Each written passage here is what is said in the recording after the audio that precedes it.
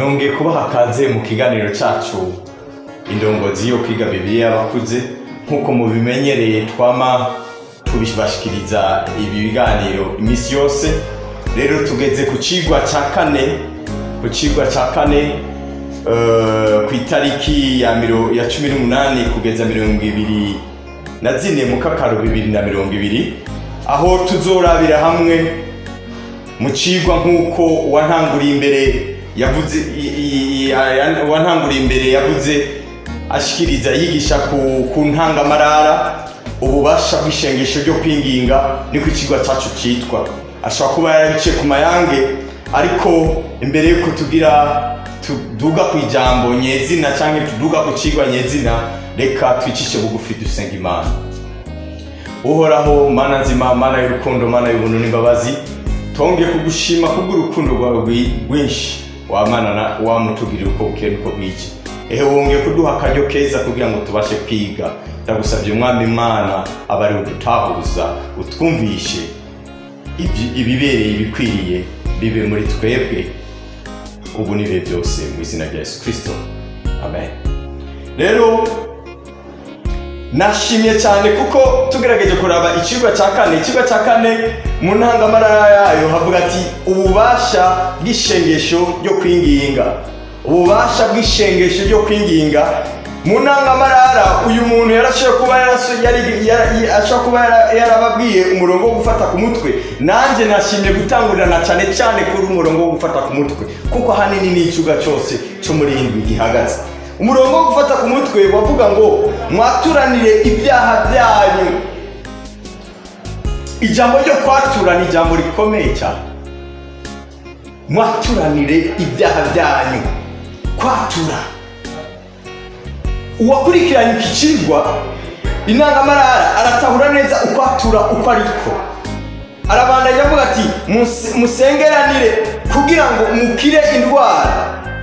Dusengeranire kugira ngo dukire indwara. Ugusaba k'umugororotsi kugira ikimazi kuri byinshi mu gikorwa cyawe. Izina ry'Imana rihabwa icubahiro. Ibi navyo tubisanga muri Yakobo 5 umurongo wa 10-16. Rero turumva uburemere bwo kwatura, tukaca tumva n'uburemere bwo gusengeranira. Izina ry'Imana rihabwa icubahiro. Hajya gusengera mugenzi wawe ni ikintu gikomeye cyane mu buzima bwa kimuntu. Hari igihe usabira mugenzi wawe ugaca usanga wewe bikugiriye ubwaku bwiza, ugasanga bikuzaniye ingaruka nziza kuri wewe. Ni naco gituma reka sinibande cyane ku ntangamarara, kuko intangamarara twarayize wantanguriye ku cigwa yaragiciye ku mayange kandi arakivuga. Reka tugende ku munsi wa mbere itariki 19 mu kakaro. Umutwe w'icigwa uravuga ngo intambara y'iciza n'ikibi. Intambara y'iciza n'ikibi. Imana tubabarire cyane. Intambara y'iciza n'ikibi turayibona mu buzima dutuyemo. Turamenyereye kubona ibibi tukabona n'ibyiza, ariko ndashaka tubanze dutahure neza na neza mbega ico kibi n'igiki, ico ciza n'icyahe. Reka turaza kwibanda cyane ku masomo dusanga mu Byahishuwe na Yohana 12 ku murongo w'indwi. Ku murongo w'indwi turageza 8, aho iryo somo ndarisoma mu izina rya Yesu. Haravuga ngo mu ijuru habyuka intambara, Mikayeli n'abamarayika biwe bagwanya igisato. Mikayeli n'abamarayika biwe bagwanya igisato. Mu ijuru habyuka intambara. Ni ijambo rikomeye cyane. Mu ijuru habyuka intambara. Biboneka ko intambara turi mu buntu yatanguriye aha. Intambara turimo yatanguriye muri kahise. Nico gituma bavuga ati intambara y'ikibi n'iciza. Intambara turimo turagwana ni ikibi n'iciza. Turabandanya kandi dusome mu Banyefeso 6:12. Mu Banyefeso 6:12 aravuga ngo ndahasoma naho, kuko abo tugwana, abo tunigana atari inyama n'amaraso, ariko tunigana n'abakuru n'abaganza iyi si y'umwiza nimwe mu mbi z'ahantu ho mu ijuru. Izina ry'Imana rihabwa icyubahiro. ngaha biboneka rero ibi bidutera intege, biboneka ko intambara turiko turagwana ni intambara y'ubwigenge. Abo tugwana se b'inyama n'amaraso babandi ushaka kugenda ugakubita ingumu cyangwa ugakubita ikofi, wowe undi yagusuya gutera umugere nawe ukamusubiza uwundi. Intambara turiko turagwana si iyo. Intambara turwana ni intambara y'abantu tutabona, intambara iba muri twebwe nyene ubwacu, ukagwana n'umuntu utabona. Yagukubita umugere wowe ukawumvira nyene ukumva ko ugukubise nyene indani nyene wagushitse. Imana itubabarire cyane.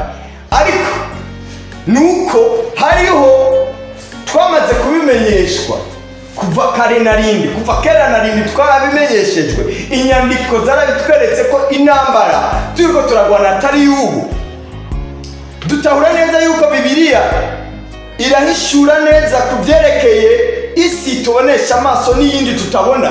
Hariho icuka kibi hagati y'iciza n'ikibi, hagati y'iciza n'ikibi hari icuka kibi, kandi ibyo byose birangurikira he? Muri kameremere ya kimuntu. Muri kameremere ya kimuntu niho hakorerwa byose. Kameremere ya kimuntu, kameremere yawe iguhitishamo ikibi cyangwa iciza, ugahitamo ushaka. Kameremere ya kimuntu irazana ikibi ikakwereka ikibi, ikakwereka iciza, byose wowe amahitamo. Nico kituma hari abantu mushobora kuyumvira ati mbega kubera iki Kristo yashimye ko ibi biba, kubera iki Kristo yemeye ko ibi biba, kubera iki Imana yawe yemeye ko ibi biba kandi ari umuremyi wa byose, kubera iki yemeye gukorera Satani kuri iyi si kugira ngo kibi kigeragezo kuri twebwe. Ibyo byose turashaka kubyibaza, ariko turatahura neza muri kameremere ya kimuntu n'umugararizo, kuko Adamu mu kurya icamwa wabaye umugararizo, wabaye muri we. Kuko kameremere yiwe ya kimuntu, ya kameremere Imana yadushizemo y'amahitamo, Adamu yahisemo urupfu aho guhitamo ubuzima. Izina ry'Imana yagwicyubahiro, kandi Imana itubabarire cyane. Kubera iki Adamu yahisemo urupfu ahubwo yohitamo ubugingo? Twakunda gutera inkuru n'abantu rimwe na rimwe tukayaga, bamwe ati burya nasanze abantu bakunda ibintu batarabona. Kubera ko umuntu yari mu buntu, y'umuntu ahitamo urupfu kubera ko ntabwo yari yabwira iki bwabona. Kameremere y'abantu barakunda gushaka cyane ibyo batarabona, ariko twebwe duhiriwe tuhishije. Abakurambere bacu bahisemo ikibi kituzana ingaruka y'urupfu. Twebwe rero amahitamo yacu aba twaramaze kubona ingaruka y'iciza. Mbega ingaruka y'iciza ni yahe? Ingaruka y'iciza n'amahoro, ni ivyamwa byiza bikomoka muri wowe, ni wa munezero w'amahoro bidashira. Izina ry'Imana ryagwicyubahiro. Hano tugerageze turabe ukungene ijambo ry'Imana rirasubira rikavuga ngo ntizokwigera ikorerako cyangwa ihungabanye ugushaka cyangwa imibereho y'umuntu. Irungika mpwemu yera mu gutahuza abagabo n'abagore ku kuri kwayo. Ibyo tubisanga muri Yohana 16 ku murongo w'indwi kugeza 8. Turatahura neza yuko Imana mu bwigenge bwacu itaza kuduhungabanya. Mu bwigenge bwacu niza kuduhungabanya. Rero yateba ikintu kimeze uku, ikintu kimeze uku, ikintu kimeze uku, ikintu kimeze uku. Ubona wowe hitamo ngaca muhisemo hari. Nacyo gituma Imana yaduhaye amahitamo. Muri kameremere yacu dufisemo ikintu, uko twareme twebwe abana b'abantu turafise icyo bita amahitamo. Amahitamo rero yacu arashobora kuba mabi cyangwa akaba meza. Ni nacyo gituma umwanditsi umutwe w'ijambo yavuze ati intambara y'iciza n'ikibi. Iciza n'ikibi, wowe ushobora guhitamo ikibi cyangwa ugahitamo iciza. Imana idufashe cyane. Ndasubiramo, ushobora guhitamo ikibi cyangwa ugahitamo iciza, kuko ni wahitamo iciza uzoba uhisemo umuremyi wa byose. Hano umwanditsi arabandanya atubwira ati icyo Imana idashaka gukora ni uguhatira ubwenge bw'umuntu gukora ikintu. izina ry'Imana yabicuba. Icyo Imana idashaka gukora ni guhatira umuntu gukora icyo adashaka gukora. Ubwirizwa gukora icyo ugomba wewe, icyo wiyumvamo. Hano umwanditsi aratubwira, akongera akatubwira ukungene dushobora gutsinda umwanzi. Gute dushobora gutsinda umwanzi? Gute dushobora gutsinda ibigeragezwa? Nta handi atari ku mavi. Nta handi atari ku mavi. Mu gusenga, mu kwicisha bugufi, mu guhamagara mu yayo yera kugira ngo azabane natwe kandi adushoboze. Duhamagare yawe uhoraho mushobora byose kugira ngo azatugwanirire. Bicimara rya zina ryiza rya Yesu Kristo, ubumote bwiza imbere y'uhoraho, izina ry'Imana yabicubaye. Ngaha turabona dusomye mu Bikorinto 10:4, iri jambo rirampimbara cyane. Abikorinto ba kabiri ku murongo wayo ku 10 ku murongo wayo wa 4 haravuga ngo kuko ibigwanishwa by'intambara yacu atari byo mu buryo bw'umubiri, ari imbere y'Imana bifise ubushobozi bwo gushingura akarimbi. Ariko ibiganisha byacu si byo mu buryo bw'umubiri, ariko birashingura icyo bita akarimbi k'icyaha. Izina ry'Imana yabicubaye. Nitwasenga tugafukama tugahamagara Imana ngo ize yikorere mu bugingo bwacu, tugasengera n'abagenzi bacu, biba ubwaku kuri twebwe kuko tuyumvira ko dusengeye mugenzi wacu kugira ngo bikunde akiri ave mu cyaha. Ibyo nabyo bica bigira icyo bita ubwaku kuri twebwe, ugaca usanga uko tubabaye bagenzi bacu natwebwe bitugirira ubwaku.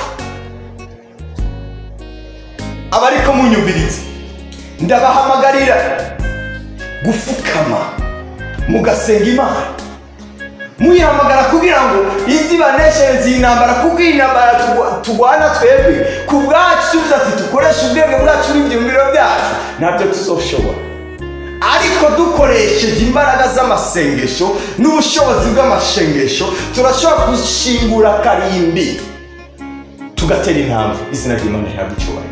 Ndahamagarira uri ko aranyumva wese gerageza usengere umugenzi wawe ukunda, ubona ko udashoboye kumubwira ubutumwa, ubona ko byakunaniye kumubwira ubutumwa, ubona ko yamaze intambara ikibi cyamaze kumwifatira, ariko ukamwifuriza gutera intambwe ava mu kibi aza mu cyiza. Biresaba yuko umusengera, umuzana imbere y'Imana witonze uciye bugufi, ugasenga Imana ngo ati Mana nzima ndagukunda kuko uri mwiza, ariko uribuka yuko hariho na mugenzi wanjye hariya ababaye. Icyo nicyo duhamagarirwa twebwe nk'abantu turiko tugerageza kugwana intambara kandi tubona ko twamaze gutsinda intambara y'ikibi. Izina ry'Imana yabicubaye. Umuhamagaro wanje nuko twese twakwegera Imana kandi tugasenga dushikamye, twumve yuko nitwasenga Imana izorandurana n'imizi ikibi gitsindwe mu izina rya Yesu. Izina ry'Imana yabicubaye. Ku bw'aya majambo meza reka dusenga Imana. Uhoraho Mana mushobora byose, ndagushima kuko uri mwiza kandi uhambaye. Ndagushima kubwo kukungena udutabuze amajambo n'amajambo aryoshye kandi ahambaye, atwubaka imitima, atwereka ukungene dushobora gutsinda umugwanitsi. Reka tumutsinde mu izina rya Yesu Kristo. Reka ukubaho kwawe kwiganze yawe, uhoraho mushobora byose, we Mana y'Abisirayeli, dukomeze mu buntu bwawe n'imbabazi zawe. Ubu tubisabye mu rya zina ryiza dukunda Yesu Kristo, ribuga umuti bwiza imbere y'inyonga zawe mu izina rya Amen.